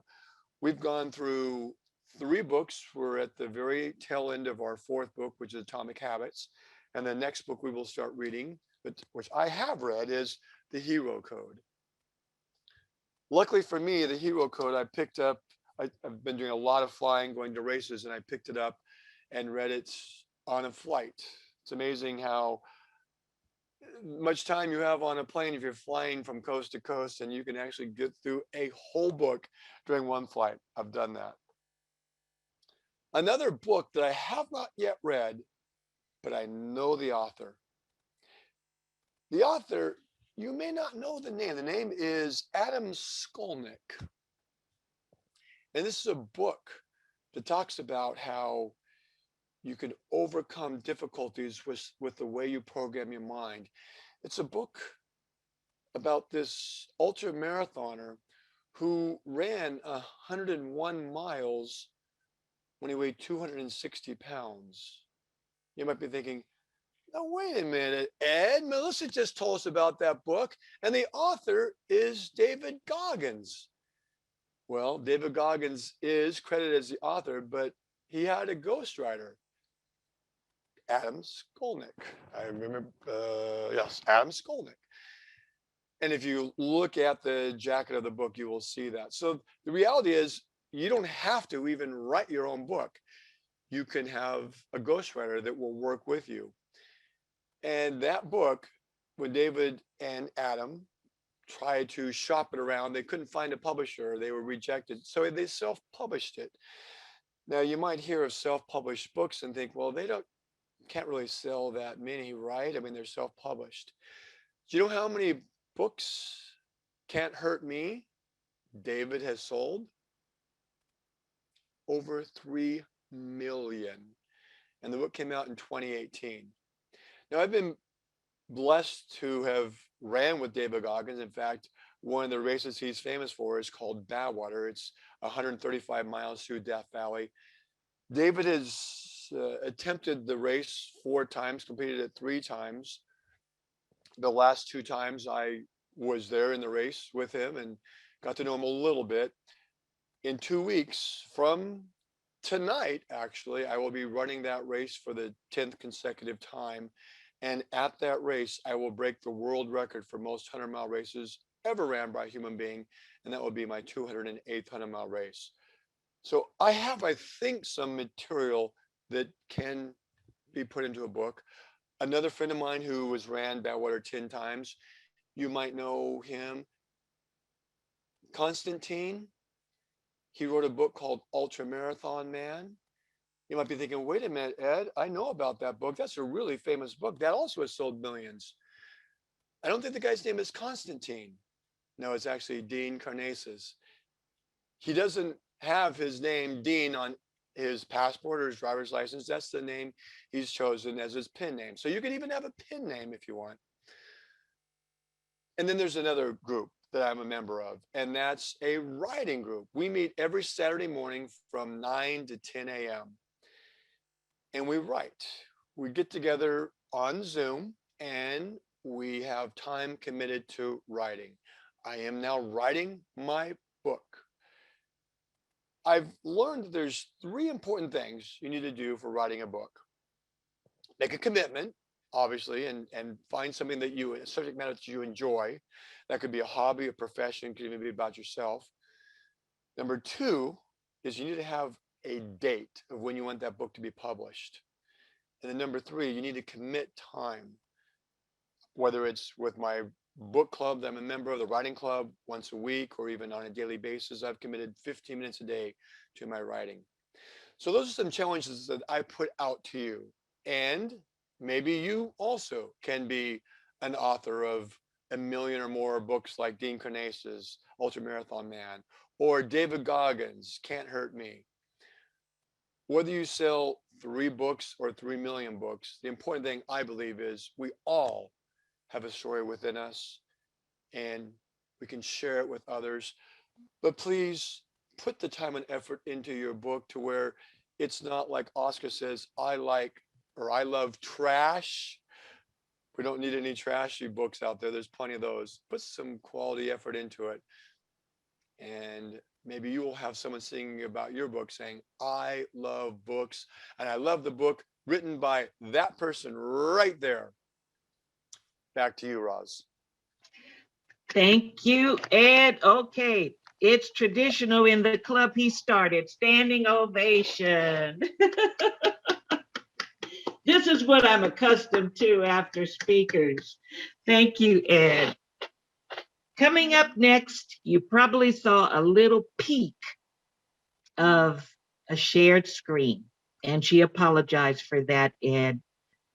This award-winning professional with 25 years of experience in business, human resources, education, executive coaching, and training and development. She's a doctoral student at Cal Baptist University pursuing her PhD in leadership studies. She's out of the box educator, qualified speaker, and a TEDx Riverside speaker on Give Me My Energy Back. Her book is Success is a State of Mind. Please welcome distinguished Toastmaster, Melinda Muganzo. All right. Hello, everyone. How are we guys doing? How are we doing? Everybody, can you hear me? You can hear me, you can see me. Can you see my screen? Yes, and can you see the timer? Marilyn Nepke, she's going to show yes, you. I'll see her. No problem. All right, everybody, how are you doing? Success is a state of mind. This book is coming to your local bookstore this fall. Pay attention. We're about to have some fun. All right, let's do it. Success is a state of mind. That's one of the mantras that I say all the time. And I think about the past when I started this journey with this book. And that was, I was trying to partner up with Les Brown, the motivational speaker, Jack Canfield, who wrote Chicken Soup for the Soul, and Mark Hansen, who's a leadership guru. It was to be a partnership. There were 20 authors. We all wrote a chapter, and this particular chapter was mine. Success is a state of mind. However, something happened, and the publishing company stole our money. So this concept sat on the back burner for years. I was really upset about what was going on. Yes. And I was looking forward to partnering with Les Brown, and we were going to be the 4th author, each one of us in our own element, because the book that he wrote was entitled Mastering the Art of Success. That's why my chapter was so timely. But timing is everything. God had it. So now this is my book. Hello. Success is a state of mind. What I want to give with you tonight and help you understand is when this book comes out for you, this book will give you an opportunity for you to look at what happens in society. It'll help you understand creative tips, tricks, and techniques to help you initiate successful strategies in your workplace and everyday life. Each chapter focuses on a key word concepts to help you embrace success. And when you think about it, it's a lot of things. You see there's a brain on the front of the book. The word synergy is one of the words of success. I'm spelling success as you go around the book. Synergy is what do you bring to the table? Think about yourself and how you change the workplace. You have an opportunity to do that. You get to evaluate. We'll have a discussion about that in the book about synergy. You, unique. What is unique about you? What are the gifts and talents that you bring to the table? What are you comfortable with sharing with your organization and for yourself as a leader, but also with your employees in the world of work? The C is the word courage. Are you assertive enough? Are you bold enough sometimes? Sometimes you have to be confrontational in order to have that adult-like conversation. Courage is a very important word when you think about the word success. The next C in the word success is charisma. What draws you to others? What vibe do you give off to the individuals? What vibe are you giving in the workplace when you're thinking about your employees, for yourself as a leader, but yourself as an individual as you navigate through your life? E, enthusiasm. Yes, I love this particular word. I'll never forget the year that I met Dr. Stephen Covey in person. He was giving a presentation at Cal State. There were 500 of us there. He was on the stage and he said, enthusiasm is the God in us. I got so excited. I said, hallelujah. Dr. Covey came down from the stage. He came to my respective table, and that day will always be memorable because I had a private luncheon with that man, all because I verbalized and I said, hallelujah. Enthusiasm says, what excites you about being in your workplace? S, what about your strength? What's your drive? Do you have the power? You know, Jim Carrey with the wonderful movie, I like that movie about Bruce Almighty, says, I got the power. Yes. What is your power source? How do you move and navigate from day to day so that you have what you need to be successful in the world of work?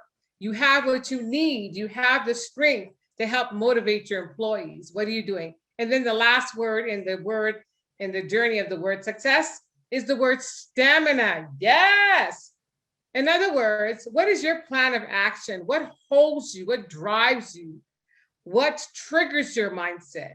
Synergy, unique, courage, charisma, enthusiasm, strength, stamina. Those are the words that spell success. But each one of those words are a respective chapter to think about how you can make a difference, so that success is continually a state of mind for you in everything that you say and do.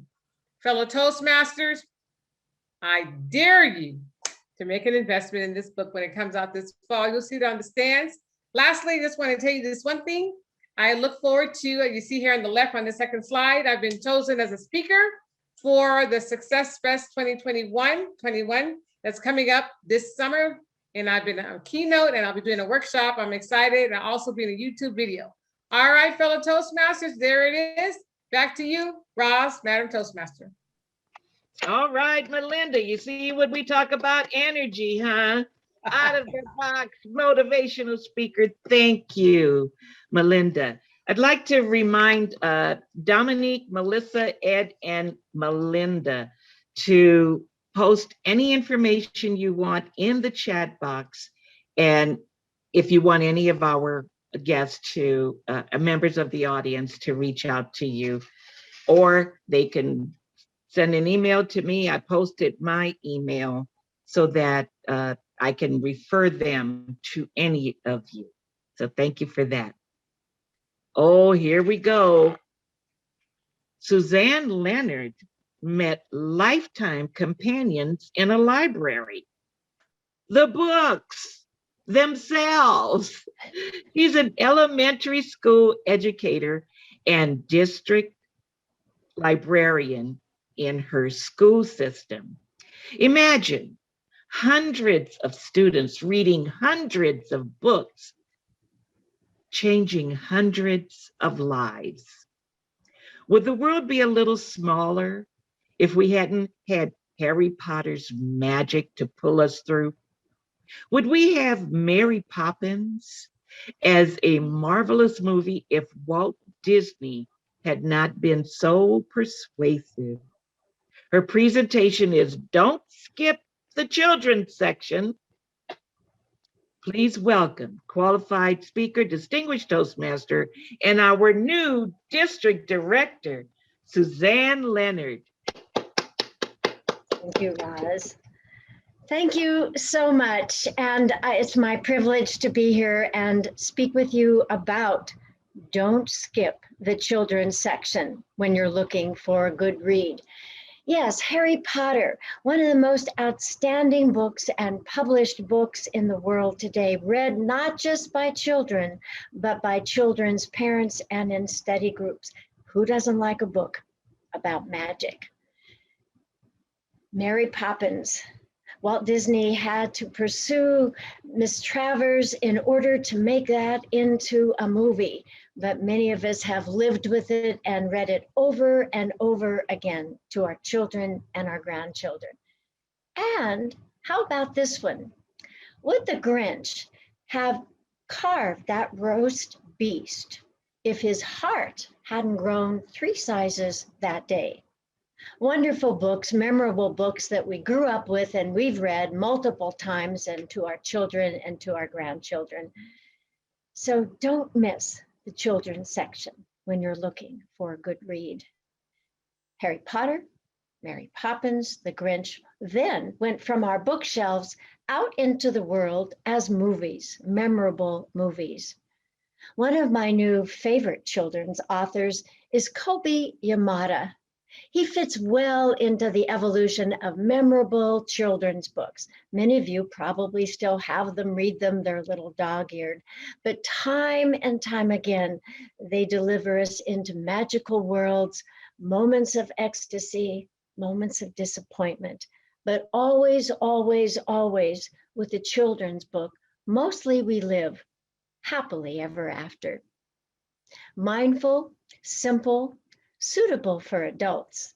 The book I want to bring to you by Kobe Yamada this evening is the 4th in his trilogy of, well, it wouldn't be a trilogy then, but the 3 precursors to this wonderful book are delightful for children, for teens, for adults.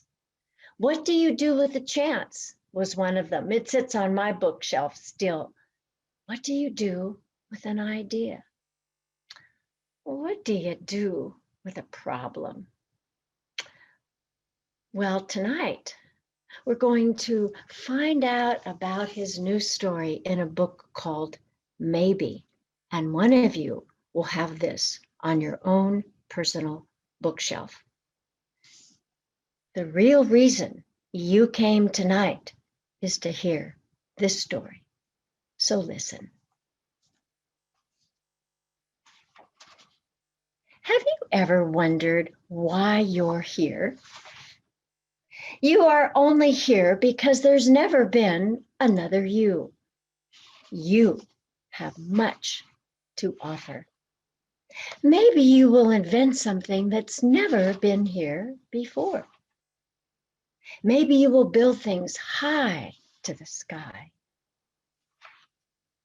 Your life is your life. Try as many things as you can, and say and do as many things as you must.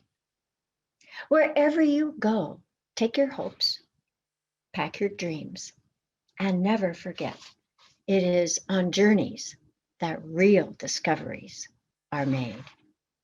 Or maybe you'll lift cheering crowds to their feet. Maybe you're here to shine light into dark places that have been dark way too long. Maybe you will speak up for those who can't have a voice of their own. Or maybe you're here to help in only ways that you can. Or maybe there will be struggles, there will be fears, and it won't always be easy. Sometimes it's really hard, and you might make a mess of things. You might fall down. You might fail. You might. But you will get back up, and you will rise a little stronger and a little taller, because there really is more inside you than you know. And this world needs your gifts, your talents, and your dreams. Maybe. What if you're only scratching the surface of who you really are and what you can do and be? Maybe. What if you have talents that you haven't discovered? There is something powerful, even magical, about you. You already have everything it takes to do big things. Maybe your ideas about how good you can be need to be heard. And maybe you don't yet know how much you matter. But maybe, just maybe, the world has been waiting centuries for someone just like you. Maybe. And with you here, anything is possible. Thank you, Roz, for the opportunity to read. And maybe one of you will enjoy this book as much as I have reading it to you. Just maybe. Thank you, Roz. Oh, wonderful. Thank you, Suzanne. You're a librarian. You're a book lover.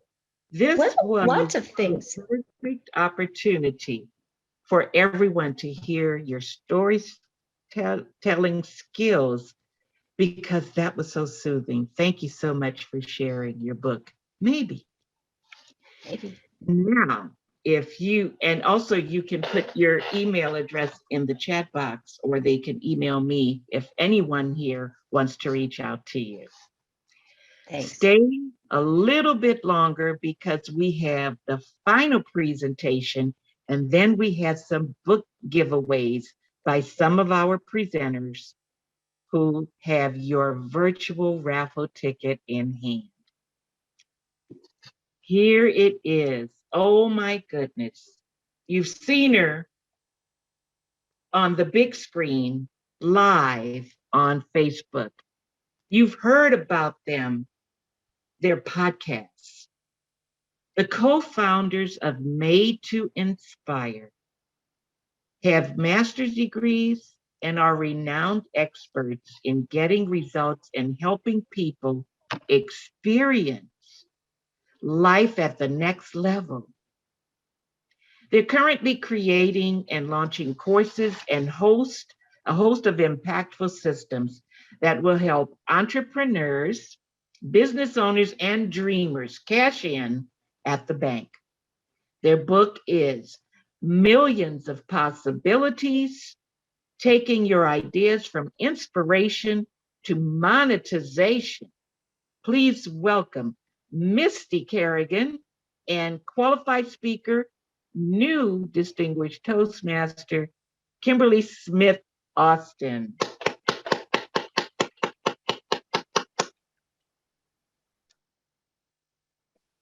Inspired people. Inspire people. Have you ever, and I think I know the answer, read a book that changed your life?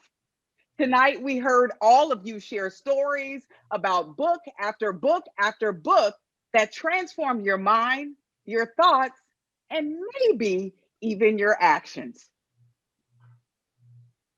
So let's talk about where I started when it comes to books. I'll tell you, like so many of you, I've always been an avid reader. I love to read. I had books in the bathroom, books next to my bed, on my bed, in my bed, everywhere around me. And I didn't realize as a young child that it would develop and grow and blossom and bloom into something wonderful. What I've learned is that I was a bibliophile. How many of you can relate to that? Raise your hand if you too are a bibliophile.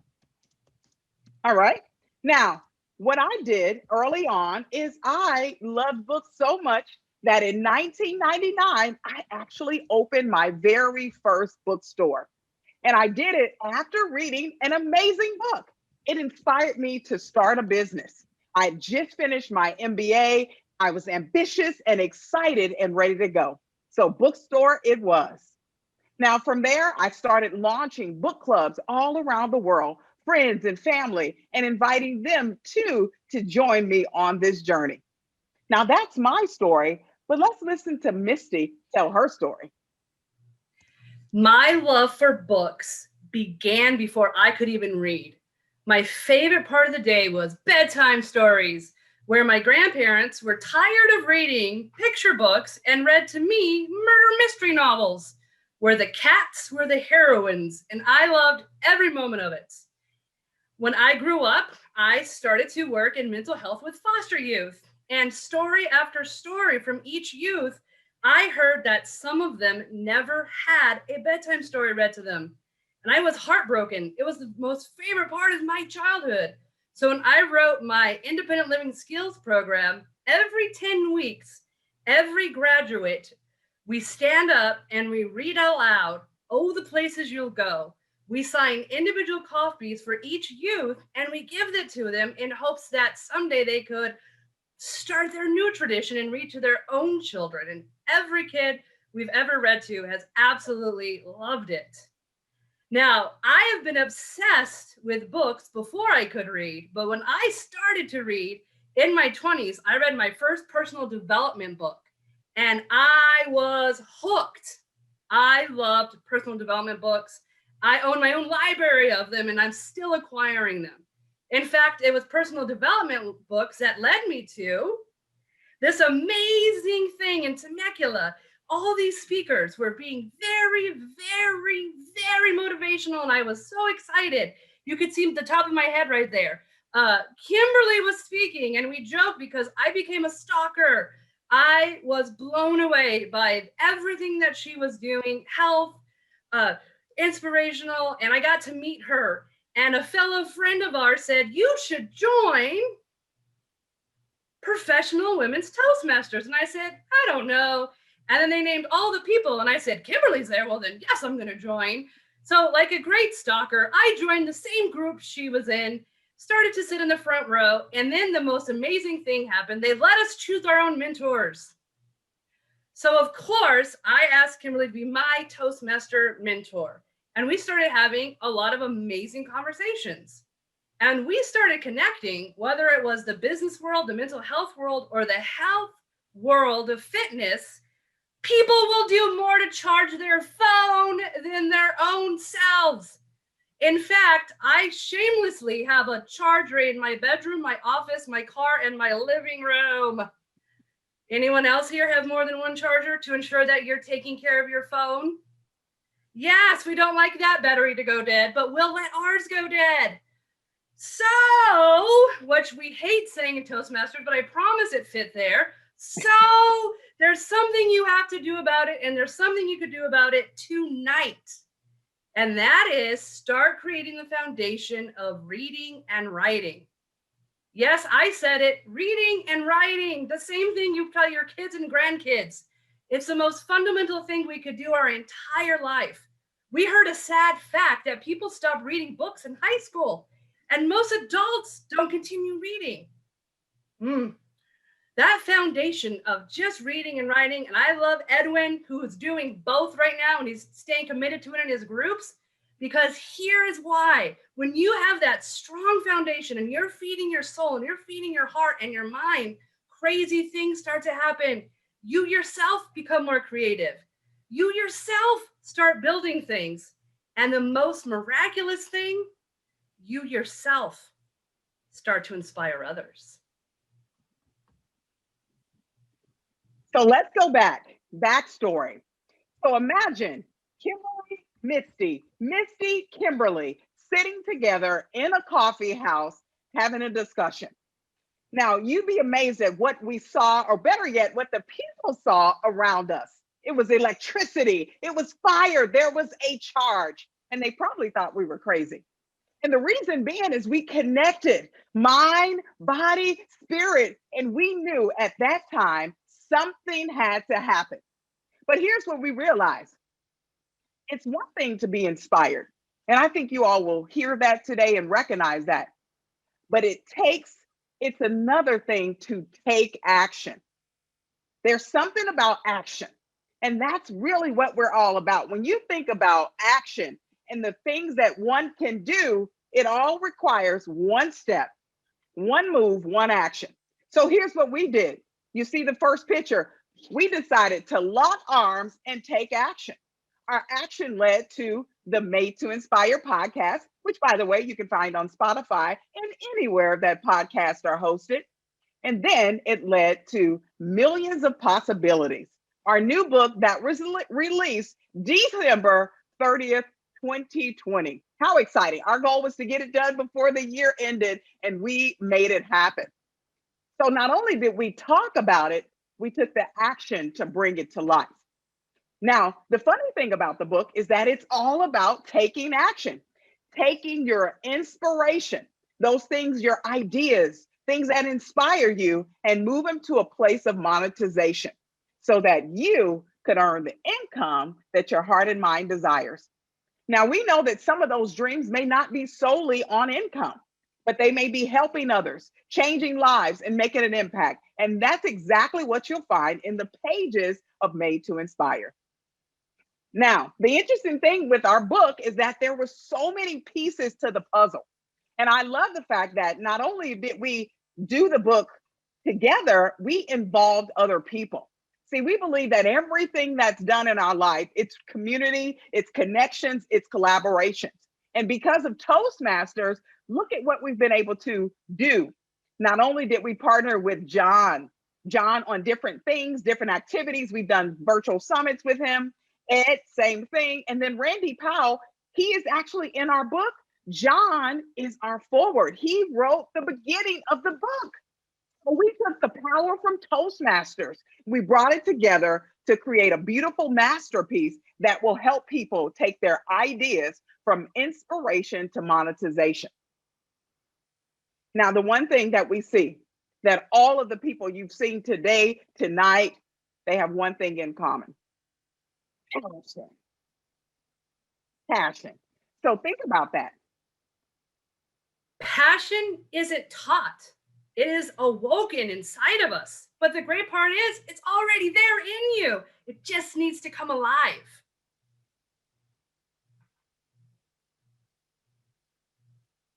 And so when you look at this, go ahead, Misty. Passion, we say that we are contagious. If you ever know us, if you ever get to be around us, we are that crazy, that contagious, that we decided to start a company with our main mission being reignite passion and inspire people to action. Yes.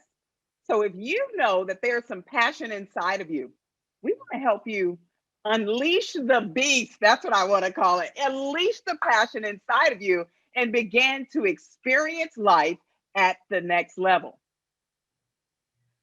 Want more, be more, and experience more.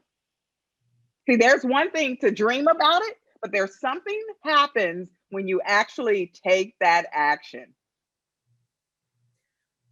Anyone here want more, want to be more, want to experience more? Well, we have some free gifts for you. It's like Christmas in July, a free 15-minute reignite session where you call us and we'll light you on fire. Not literally, but like figuratively, get you excited again. I love it. On top of that, what do we have coming up, Misty? We are launching a free masterclass, Passion into Profit, where we go through our 5-step formula for launching big ideas. We've used it for a couple of companies and we used it in our book. So it works and we're excited to share it to get more passions into ideas, into income. So that's it, guys. We want to offer you a couple specials, opportunity to pick up that Millions of Possibilities, get that book in your hands. We're giving a special code just for you here at Speakers Bureau, 25% off. And then last but not least, here is how you connect with us. We will drop the link in the chat bar so you can actually sign up, be a part of it, and take that passion inside of you and ignite and go to action. Back to you, Madam Toastmaster.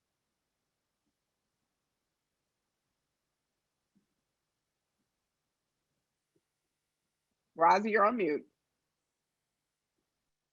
Thank you, Misty and Kimberle. You ignited fire and passion in everyone here, and I'm sure they'll take you up on your offer. You could type it in the chat box. So now, as we wrap up, please, everyone, give another round of applause to all of our presenters tonight.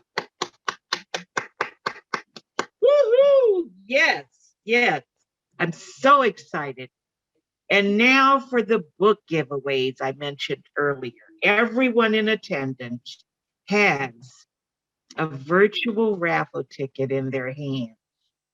And I had advised the presenters who have told me they have a book to give away, it's a few of them, that they will select at random and announce the winner of their book.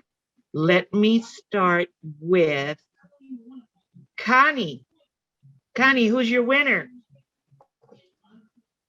I chose someone who inspired me because as I was presenting, I saw smile and nods, those things that encourage one, and that is Janice. Janice, yeah. Thank you, Janice. So I will get a book to you, signed first edition. Okay, thank you. Congratulations, Janice. Please contact Connie. I believe she put her email in the chat box.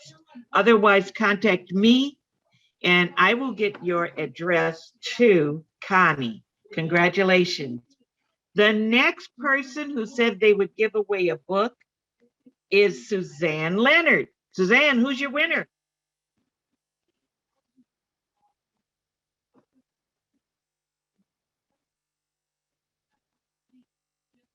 Are you on mute? She's frozen. Frozen? She's building the anticipation. Okay, let's go to John Grant. Please announce your book winner. You are all my book winners because my book is free and you can download it at my website, johngrantcoaching.com, or I provided a link where you also get a free online course. It's a 90-day, one video per day online course. So I provided that in the chat. All right, John, thanks for your generosity. Everybody here, please download the information on John Grant's website, which I believe he already posted in the chat box. Did Suzanne come back live and she's not frozen? Suzanne? Okay, not yet. Our next book giveaway is Melissa. All right. I have to preface my giveaway because this is the original version of David Goggins' book, and it is a raw, unfiltered, and has language. So there's a clean version, but this isn't it. And if you don't want it, you get chosen because it has language. We can go on to the next winner. But the first winner that was chosen is David Williams. All right, David, congratulations. Contact Melissa or contact me by email so we could get that book to you. David Williams, congratulations. And Kimberle and Misty have a book giveaway, although they offered some special incentives and discounts for all of their information that they presented to us tonight. But Kimberle, did you select a winner?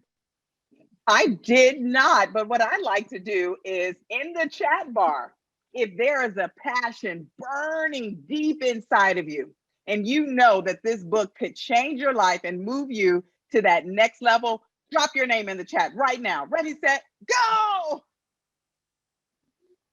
First come, first serve, right? Jamie Scott. Uh-oh, Jamie. Yes. Okay, Jamie, reach out to Kimberle or give her your email so that she could connect you and get your home address and mail that book to you. Or you could email me at rcnollins1@msn.com. I hope Suzanne is back on and unfrozen. Suzanne? Well, what happened to Suzanne? I'm going to have to ask her who she chose to win her book, maybe, and then we will get in touch with the winner. At this time, Tom Jameson, do you have any announcements? Well, first I have to start with greetings from Hurricane, Utah. When I found out I was going to be going on vacation at this point in time, I thought, what better time to hand the responsibility over for a Speakers Bureau meeting to one of our qualified speakers. This is the second time we've done that. We did that, Sunny Gale did one in the past, and Roz jumped right in, and didn't she do a wonderful, wonderful expert professional program? A standing ovation for her today. So let's have it for Rosalind. What a job of putting together so many speakers and having it run. I know she was worried about going over a few minutes, and I said, that happens. And if you have a program as outstanding as that, people will understand. So thank you for that. I want to announce that next month, Richard Snyder will be doing it. I will be back, but I won't be in the position of planning it. So Richard Snyder has a very special guest. I'm not giving out the name, but it will be a special program too. And it will be of great value to all of the members in the district. We have had a wonderful, great meeting, and I really want to appreciate the hard work that all of you put into putting on this program tonight. So thank you again for that. I'll just pass it along with, we have many strong helpers. Marilyn helped with timing. We want to thank her for that. Without Sunny's technical expertise, as you can tell from the beginning, we would be in a total ship adrift in the ocean. And so we really appreciate her. Sharon put together those flyers. She will be on board next year with the responsibilities of putting out flyers, so that she will be developing the flyers. Sunny is in charge again of distributing those and getting publicity out and helping us with our technology.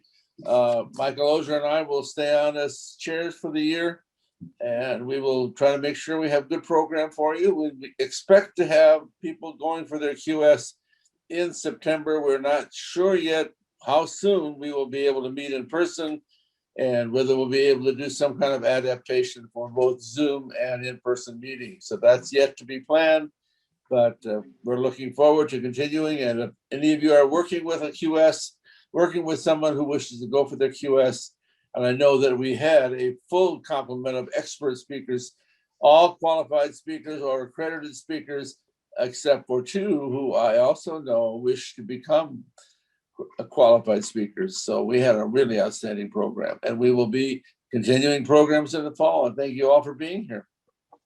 Thank you, Tom. And listen, check out this flyer. Thanks again to Sharon Kenty. Thank you to our timer, Marilyn Nepke. Thank you to Sunny Gale. She had to leave a little early, but she was able to put together the information that started our meeting. And thank you to Sheryl Roush for doing an introductory video for us tonight. All of our presenters were amazing, awesome, generous with their time and energy, and offering on what we could do to explore our passion with books to read and write. Thank you, everyone. If there are no other announcements. Roz, one more thing, and I forgot to thank Rob Gunnerman too for posting these things on YouTube. I always have this favorite saying of mine. We always meet on the first Wednesday. We always meet at 7 o'clock. We are always free, and except we had an extra one last month. We had one that Connie presented for World Culture Day. She thinks she might do that again, but once in a while we'll throw in an extra one. But yeah, we have every first Wednesday, and we will continue to do that. Yeah, that was an excellent program. Those will be on YouTube, available on YouTube. So we'll make sure that those links are available probably on Tuesday with the trio. Okay, great. Thank you so much, Tom. And thank you everyone for coming tonight. Roz, I lost you, and I'm back, and I have my book and I have my person, although a lot of people have left. Okay, Suzanne, who's your winner? Okay, so as I'm looking at all the lovely faces and people that particularly paid attention, I would like to give a gift to Connie Jameson, because I know she has grandchildren and children who will love this book, and the illustrations are off the box, and I'm thrilled to give it to her. I'm sorry I had a connection, but yeah. Oh, we both said. Come to Washington Street and deliver it in person. You'll love it. You'll love it. Thank you. Roz. You're a wonderful reader of children's books. I was a teacher, and my favorite part of teaching, or one of the favorites, was reading children's books, and I intend to write some children's books. So thank you, Oh, Suzanne. What you did a wonderful welcome. job on that You're book. welcome. Reading that. That was a great choice. Thank you so much. Connie, that's Welcome. not a maybe to write children's books. Okay. Okay, if there is no further business, enjoy your vacation, Tom and Connie. Enjoy the rest of your evening and month, everyone who attended. And we'll see you next month at Inland Empire Speakers Bureau. Good night. Be safe. Good night. Good night. Be safe. Good night. Good night. Awesome, Roz. Thank you so much. Good You're job. welcome, John. Thank you. Excellent. Thank you, everyone. Excellent.